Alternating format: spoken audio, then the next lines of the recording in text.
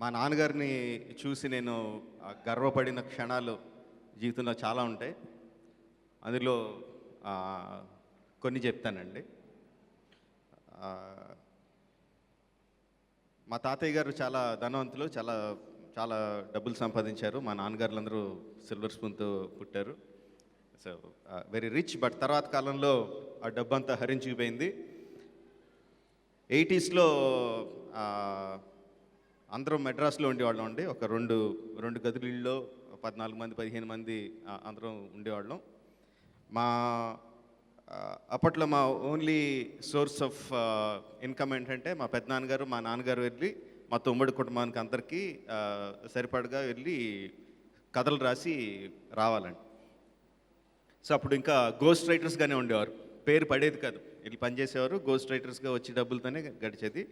So మా అందరికీ ఏంటంటే ఫస్ట్ టైం ఎప్పుడు పేరు పడుద్ది, శివశక్తి దత్త, విశ్వ విజయేంద్ర ప్రసాద్, ఈ 2 పేర్లు ఎప్పుడు పడతాయని చాలా చాలా ఆశగా చాలా ఆతృతగా వెయిట్ చేసేవాళ్ళం అండి.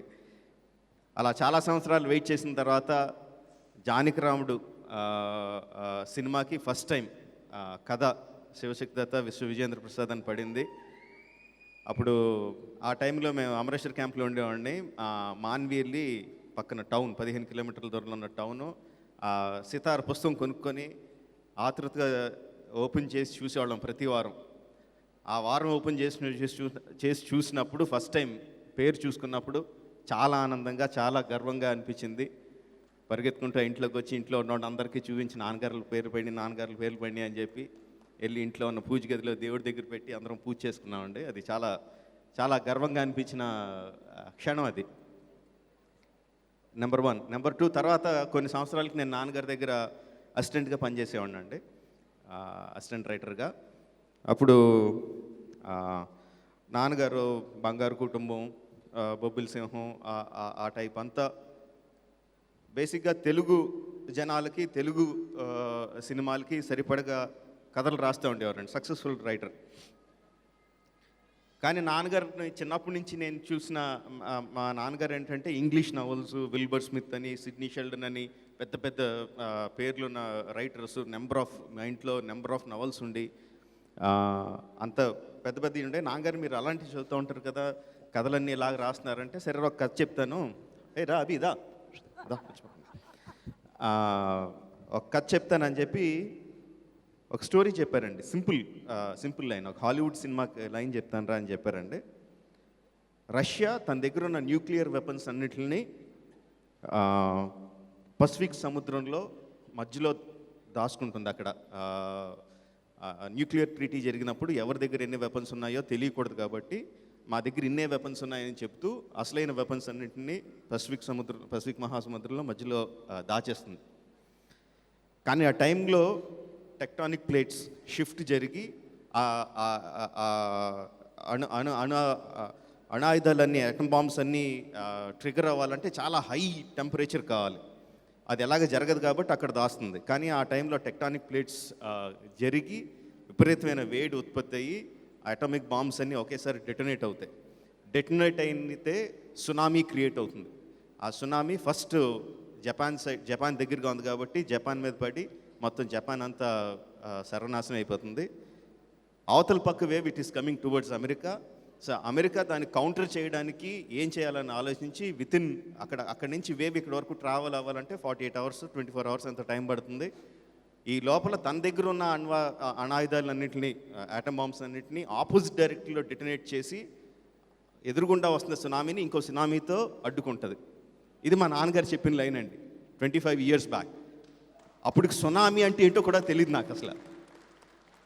ఆ తర్వాత చాలా సంవత్సరాలకి సునామీ మనకి జరిగి ఎక్కడ జరిగిందో మర్చిపోయాను. బట్ దాని తాలూకు ఇంపాక్ట్ ఇండియా మీద పడినప్పుడు కానీ సునామీ అంటే ఇదే, ఇలాంటి ఎఫెక్ట్ ఉంటుందా, మా నాన్నగారు ఇలాంటి లైన్ రాశారని చెప్పి ఎన్నో సంవత్సరాల క్రితం చెప్పిన కథకి చాలా సంవత్సరాల తర్వాత చాలా గర్వంగా అనిపించిందండి. Second time. థర్డ్ టైం 2 సంవత్సరాల క్రితం జస్ట్ 2 weeks గ్యాప్లో Bajrangi Bhaijaan and Baahubali, India's 2 biggest black busters ఒక రైటర్ రాశారు అన్నది 2 వారాల గ్యాప్లో జరగడం చాలా గర్వంగా అనిపించిందండి. ఈ మా నాన్నగారి గురించి నాకు గర్వంగా అనిపించిన కొన్ని క్షణాలే, ఇంకా తవ్వుకుంటూ వెళ్తే చాలా చాలా ఉంటాయండి. నాన్నగారు నాకు శ్రీవల్లి కథ ముందు చెప్పారండి. ముందు చెప్పినప్పుడు నాకు అంత ఎక్కలేదు. ఐడియా బాగానే ఉందండి, కానీ డెవలప్మెంట్ అంత బాగాలేదని, అంత అంత గొప్పగా అనిపించలేదని చెప్పాను. బట్ నాకు నమ్మకం ఉందరా అని చెప్పి మొదలుపెట్టారు. తర్వాత చేసిన మార్పులతో ఇవాళ పొద్దున్నే చెప్పారండి స్టోరీ మొత్తం. చాలా గ్రిప్పింగ్ స్క్రీన్ ప్లే అనిపించింది. నాన్నగారితో నేను చెప్పిన మాటలో స్టోరీ చాలా బాగుందండి, చాలా గ్రిప్పింగ్గా స్క్రీన్ ప్లే ఉంది. బట్ తీయాలి, దీన్ని కరెక్ట్గా ఎగ్జిక్యూట్ చేయాలంటే చాలా డైరెక్షనల్ స్కిల్స్ కావాలి, ఇది నాకు అనిపించిందండి అని చెప్పాను. ఇప్పుడు మా నాన్నగారి సినిమా రెడీ అయిపోయింది. నాకు ఒక్క ఫ్రేమ్ కూడా చూపించలా, మీతో పాటే నేను చూశాను ఇది మొత్తం అంతా. ఇప్పుడు నాకు నేను చెప్పిన అన్ని క్షణాల కన్నా ఎక్కువ గర్వంగా అనిపించే క్షణం ఏంటంటే, కొడుగ్గా, డైరెక్టర్గా, స్టోరీ రైటర్గా నాన్నగారు ఎంత గొప్ప తెలుసు. సో దానికి ఈక్వల్గా డైరెక్టర్గా అంత గొప్పగా సినిమా తీస్తే అప్పుడు నా కొడుకుగా గర్వంగా అనిపిస్తుందండి. ఆ క్షణం కోసం ఎదురు చూస్తున్నాను. బట్ అది కొడుకుగానే, డైరెక్టర్గా మాత్రం నేను పోటీగానే చూస్తాను. ఎందుకంటే నా సినిమాలు చూసినప్పుడు ప్రతి ఫ్రేమ్లో తప్పులు ఎతుకుతూ ఉంటారు. ప్రతి సీన్లో నేను ఎంతో బాగా తీసుకున్నాను సీన్లో కూడా ఆ వెనకాల బ్యాక్గ్రౌండ్ ఆర్టిస్ట్ తలపాకి సరిగ్గా లేదు, ఇక్కడ లైటింగ్ సరిగ్గా లేదు అని తప్పులు ఎదుగుతూనే ఉంటారు. సో ఆ తప్పులు నేను కూడా ఎతకడానికి నేను ఎదురు చూస్తూ ఉంటాను. కొడుకుగా గర్వపడే క్షణం కోసం, డైరెక్టర్గా దెబ్బలాడే క్షణం కోసం ఎదురు చూస్తూ ఉంటాను అండి. And I hope and I wish Srivalli will be a big success and bring loads of money to the producer and lots of fame to everyone involved. Thank you very much.